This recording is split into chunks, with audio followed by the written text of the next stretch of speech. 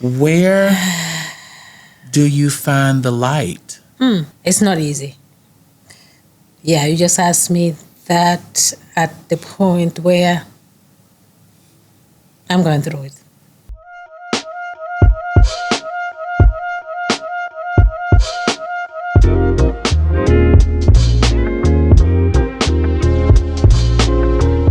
Some people say I'm the light Yes. of the party. That's Smokey and the Tracks of Miracles. My Tears.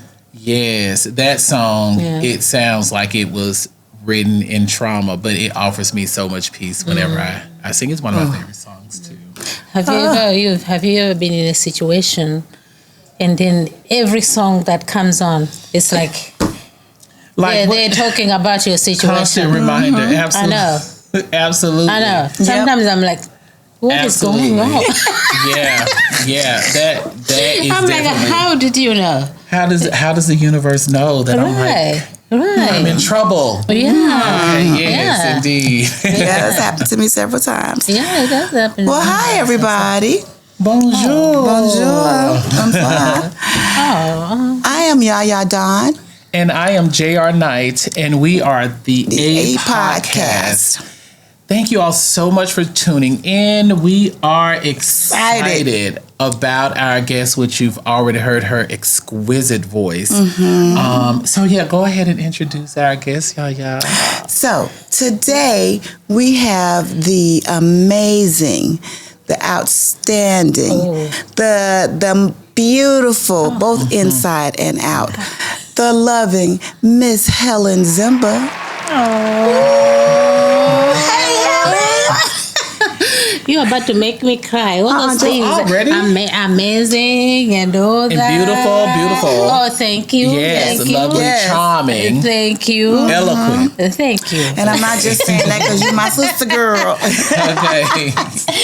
Yes, I'm your sister. Yes, we are so excited to have you here, Miss Zimba. Thank you for having when me. you, of course, said yes, you'd be able to participate. We were like, sweet. What do we want to talk to Miss Zimba about? Because like we had like this list of things, and we're like, okay, we could put her here, we could put her here. Yes. You can talk about all the things with like your years of experience that you have with just doing community work. Yeah. So we just wanted to have you come and share with us a conversation on trauma. Trauma. Yes. Trauma is part of our mental health. This is our Mind Over Matter series. Yes. And so for this episode, we wanted to define and identify trauma and how it has revealed itself in your as well as our journey. Also, how can we find the light in the darkness and then radiate it triumphantly? Yes. But before we get into all that, Helen, why don't you tell us a little bit about yourself? Oh, there's a lot of things about myself. I'm a community person, so to say. I'm a mom, grandmother, which I never thought I would be. You know, God blessed me. Yes. And he supersized me with 4 grandkids. Oh, me too. Me too. You know how you go to go get fries and can you supersize it? Yep. How old is your oldest? My oldest is now 16. Ooh. Wow. Yeah. I did not even think I would see a grandson. Yeah, and now you're about to see a grand man. Yeah, exactly. Okay. Well, Exactly. for real, I never thought that I'll be able to see a grandson because that's not what the world says. The world said that you were going to die. You won't even. Actually, I didn't even think my son, my first son, I was going to see him graduate from high school. I never thought I would see him graduate from high school. But now here he is. He gave me babies. Yeah. And then my second born and my third born, each one of them have given me a gift. So that's why I'm saying that God supersized my blessings because I never thought that I would see any of that. So I'm so grateful. I've been through a lot. But, you know, when you say trauma, I'm like, oh. There's sometimes I feel like, oh, maybe I've never been traumatized. Really? Sometimes I'll feel that. But then it hits you like, oh yeah, you go through trauma every single day. Yeah, We go through every single day you do. Mm-hmm. So yeah, I've been traumatized so many times.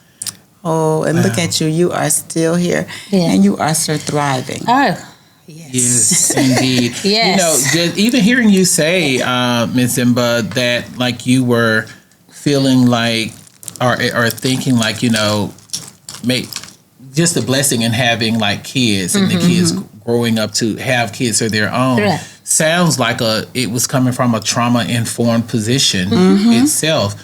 What are you? How do you feel about sharing with us, like why maybe you was thought like that?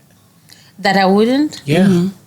Well, because, you know, those days, right, in the 90s, you know, you get your diagnosis and the doctors are just looking at you because of what they know at that point, because they didn't have that much information either. I was about to say that. They didn't have that much information either. So they're telling me, oh, ma'am, you don't even have long to live.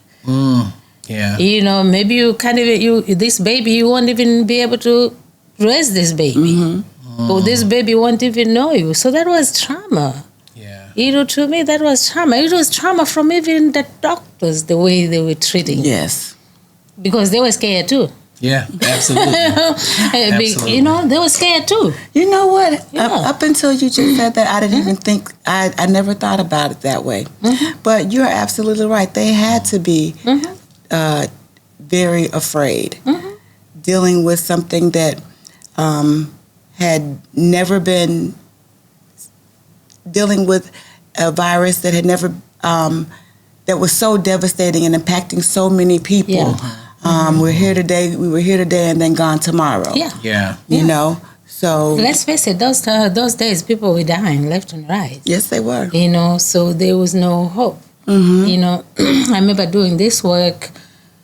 I got in this work because I just got so angry. I got so mad. I'm like, what is this? You know, I need to learn more about it. So I got angry, so I needed to learn.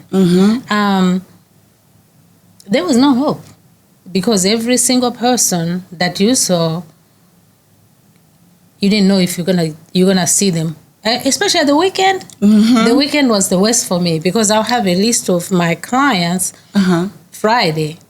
By the time I come back on Monday, half of them are gone. Oh my god! Like for real. Now that isn't traumatic. Yeah, Helen, I don't for know real. what is. Yeah. No, you know, we didn't have emails those days. Right. We had fax machines. So it was only a few organizations that were around.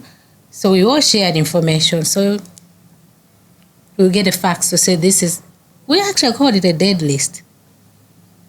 Yeah, a dead list. On Monday you get that list, then you know that, oh, this one is gone, is gone, is gone, is gone. So that was traumatizing because not only as a person who is working with the people, but I'm looking at myself, I'm like, is that me? Is that me? Yeah. When will I be on the dead list? Yeah. You go to see a person that you're supposed to be taking care of, and they have pictures on the wall, and you're looking at them like, is that the same person here? So it was traumatizing. Wow. Yeah. It's always heavy to hear, to be reminded that like this was a reality, a shared reality, not just by people living with HIV, but people who were impacted. By which are so many people. There are many people, many of you, many of us who are impacted by HIV every single day, and we either not know it or we ignore it. Yes. So wow, that is a lot, Ms. Zimba, to manage and to unpack. So how, I know that had to be incredibly traumatizing. I know. And so it makes me think about this question. You were thinking about it too. Go ahead, y'all. No, you can keep on because I'm just listening to you is taking me back to those days. Yeah. And so I already feel my eyes watering. Yeah. And so I just want to just breathe. Is Sir Thriving. Thriving is a word that we coined here on the A podcast. Okay. Because we feel like we do both surviving and thriving at the same damn time, right? Yes. So we put the words together, and then we also had to just define what that is. And what it is to us is navigating a prosperous life, which is cultivated to flourish despite danger or hardship. Ms. Zimba, give us an example where you activated survivorship in your life. Say that again. Unpack that again. Okay, yes. So thriving, you all. And for you all that are listening to the podcast at home, let us know this. Answer this in the comments for us as well. Yes. We'd love to hear how you thrived in your life. But Ms. Zimba, yes, thriving is navigating a prosperous life, which is cultivated to flourish despite danger or hardship. Give us an example of where you've activated your survivorship, because we believe it's something that is activated. Yes. You have to turn it on and keep it on To get to where we are today. Yes. Where have you done that? Ooh. To me, I want to say that I have to, because I already had a child, 2 of them. And what activated me was leaving them behind. I had to think real quick. You know how people, I don't want to say people, I was suicidal. Yeah. But all I could think about is like, okay, so if you go, who's going to take care of this? Yeah. Yeah, who's going to take care of this? To me, that was my turning point right there. I remember driving from medical city. Well, it used to be Presbyterian Hospital, right on Walnut Hill. Driving, and I saw a family, who had no shelter, so they had children, with them on the corner, and they had signs, "We need food." I just wanted to open that window because I had just got the diagnosis that I'm dying. I just want to open that window to say, at least you're not dying. No. Yeah. No, for real. Yeah. Yeah, I was like, all you need is food, but I'm dying. At least you're not dying. I was that angry. Oh. I was that angry. Yeah. I remember. Go ahead. Go ahead. No, Go ahead. No, I just remember when the doctor told my mom at my first visit, the doctor told my mom that I would not live to see 20. Like, he gave me 2 years to live. And so hearing you say that at least I'm not dying, is at least they're not dying. At least you're not dying, Those early days were. Yeah. Ooh. Yeah. And there was nobody to tell you to say it's going to be okay, because they didn't know either. Right. That it was going That to be you're okay. going to be okay. There was nobody to tell you that. That was the worst thing ever. Yeah. Yeah, for many in the community, and this is hearsay, because, of course, although I've been diagnosed for a long time, it was a long time after, like so many, that the world saw HIV and AIDS as a death sentence. So, like, they had already transitioned from that, because we were maybe, for those who follow the podcast, when I was diagnosed, of course, these things were still true. However, by the time I got into care, and that is why this podcast is imperative, it like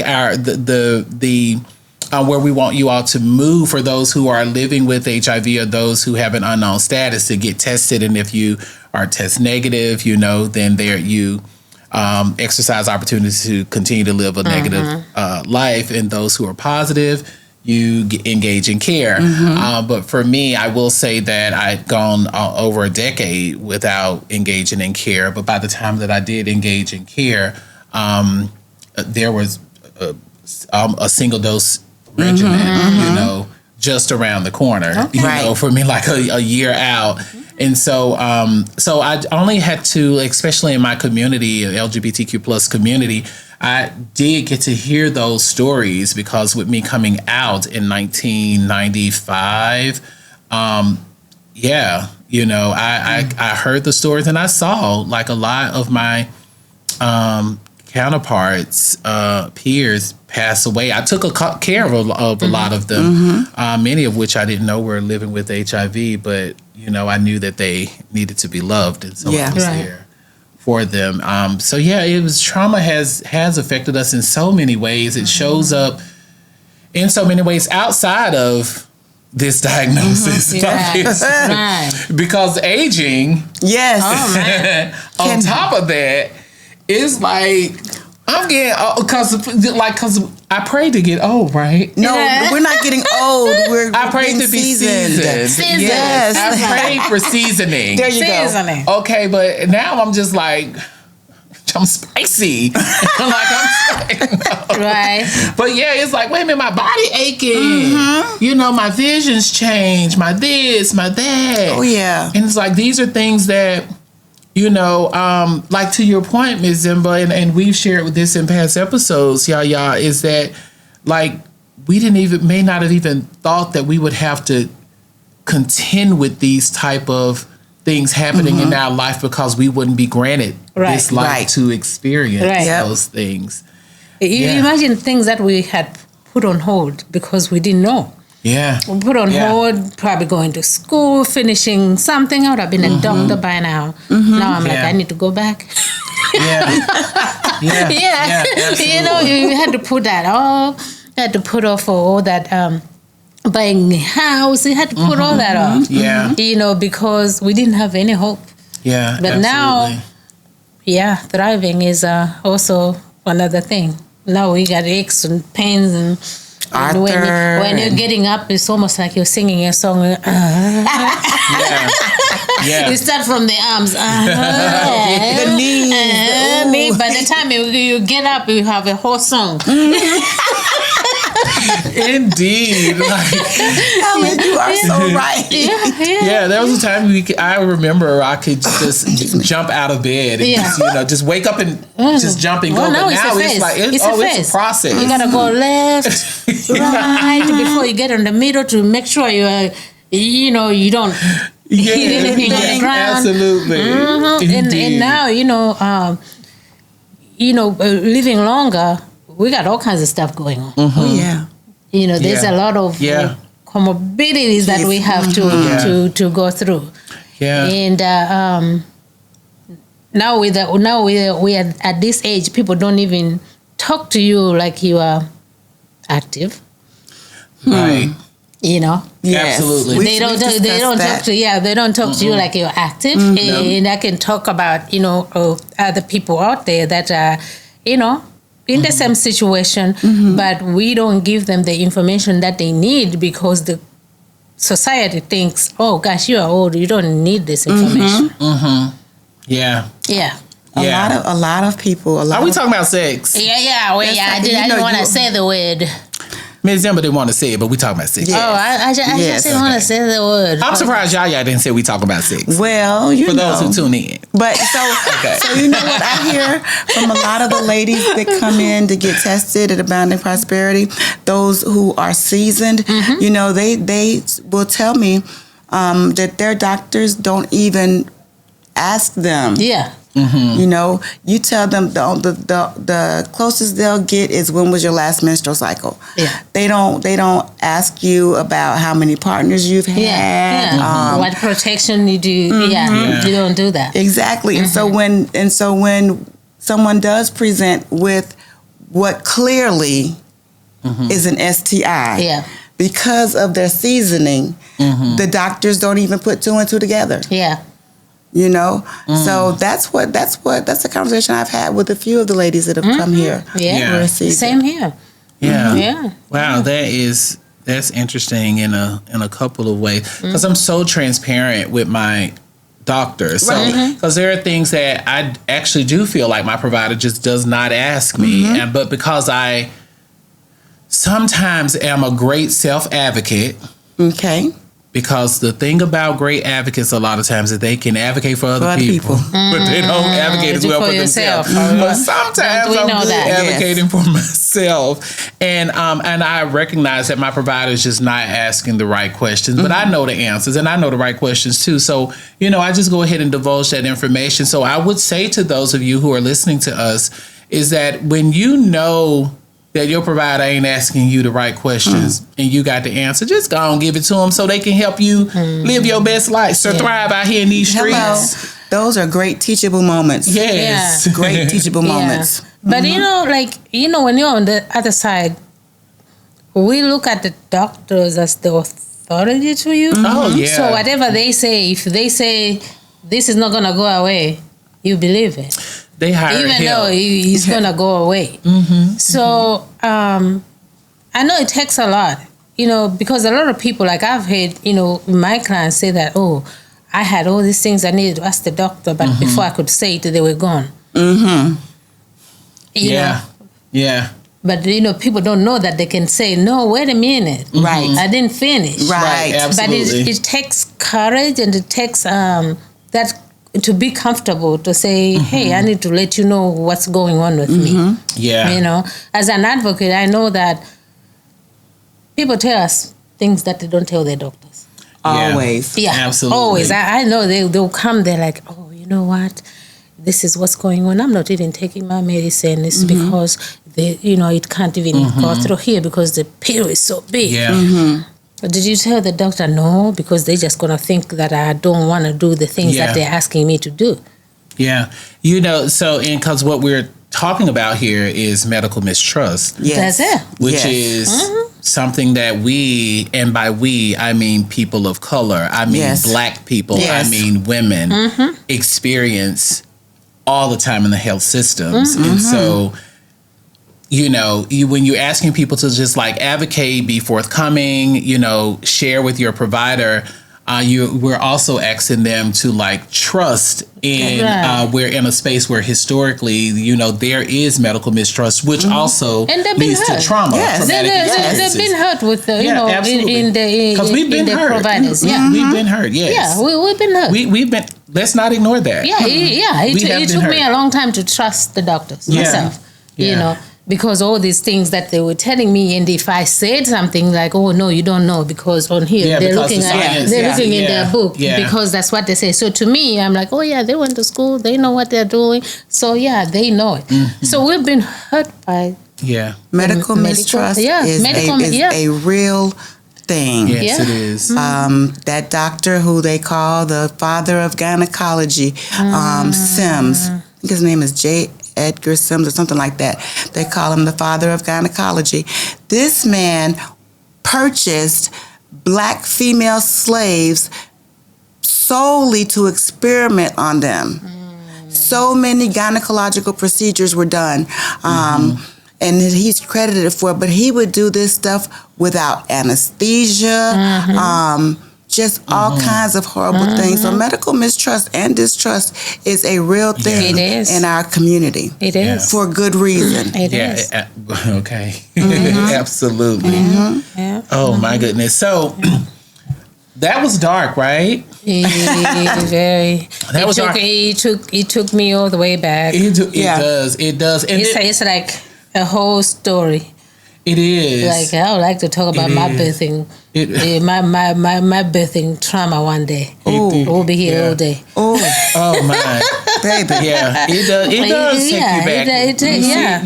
You sit and you think about it, and you think about, of course, the traumas and our life experience and how we've just been able to, with the things that we had to overcome. It can feel dark. It can feel heavy. But I have a question for you, Ms. Zimba. Are you ready? Are you ready? Where do you find the light? How do you know it's there? Yeah, but when you see it, what do you do? What's step one to pull yourself out of all this junk? To just tell yourself, I deserve joy. I am a thriver. You know what?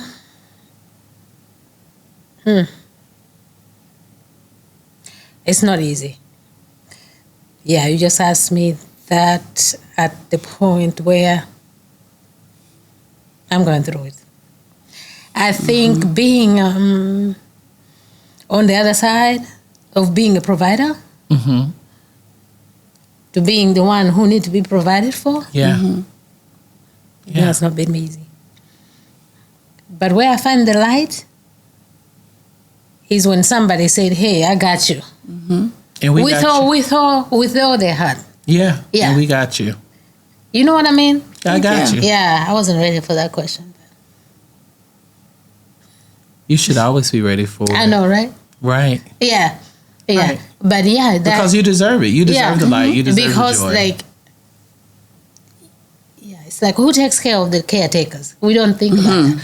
You know, you have a person who is sick, and everybody's looking at the person who is sick, but they're not looking at the person who is taking care of the person who's sick. of the person who is sick. How stressed they are, Yeah. and that's how we are, and that's how I felt like Yeah. I was, you know. So to tell you where I find the light is knowing that somebody got me. Yeah. You know, I don't have to go to the people that I did it for because that's not why I did it for. Yeah. Yeah. Then I will just be broken because they're not going to do it. Right. Because when I did it, I didn't expect you to do it for me. So me is the light, you know, just, your help just comes from nowhere, pretty much. You know what? So we were talking earlier, Yeah.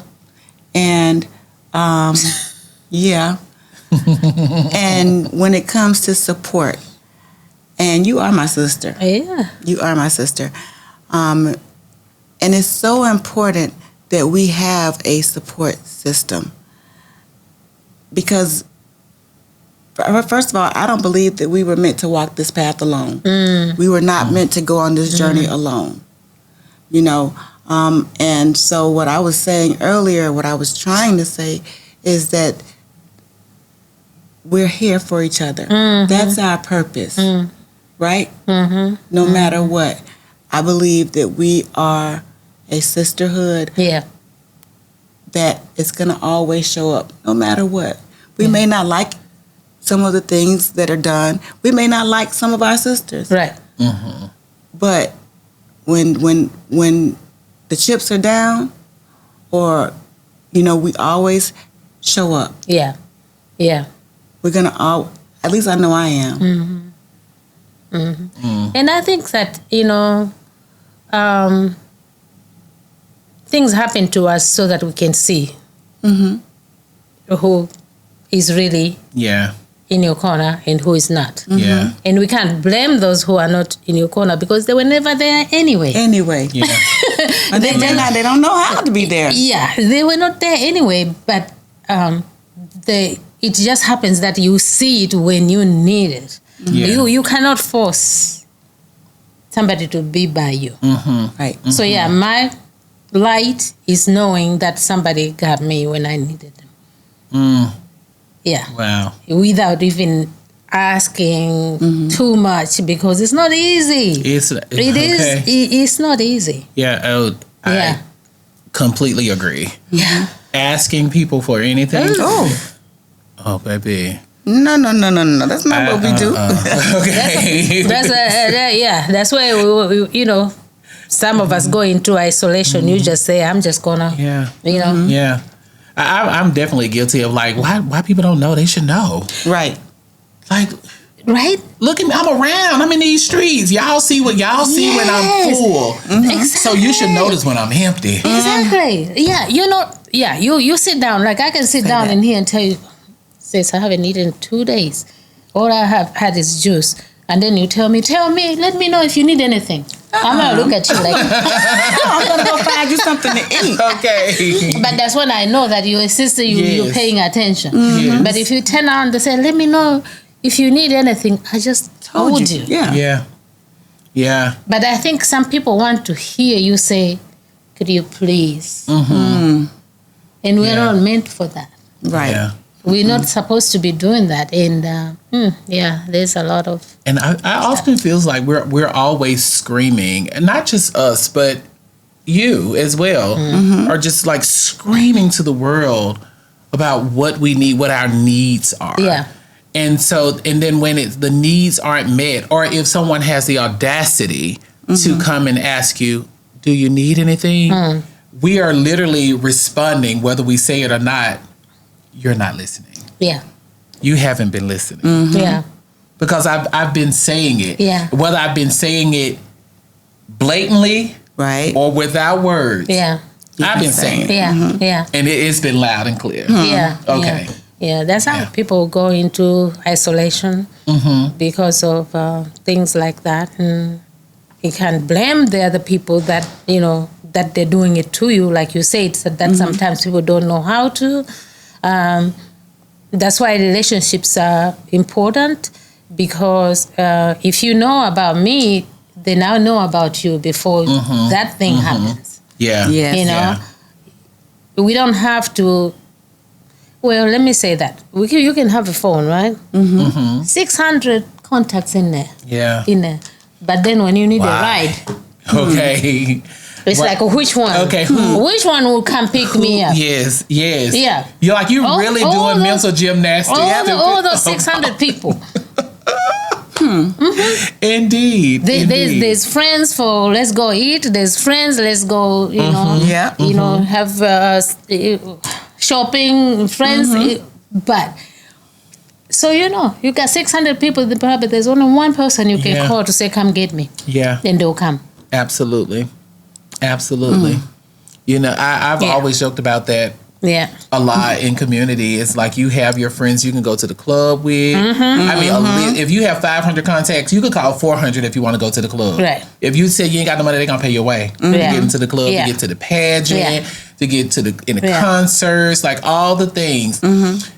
I see a new car I want. Yeah.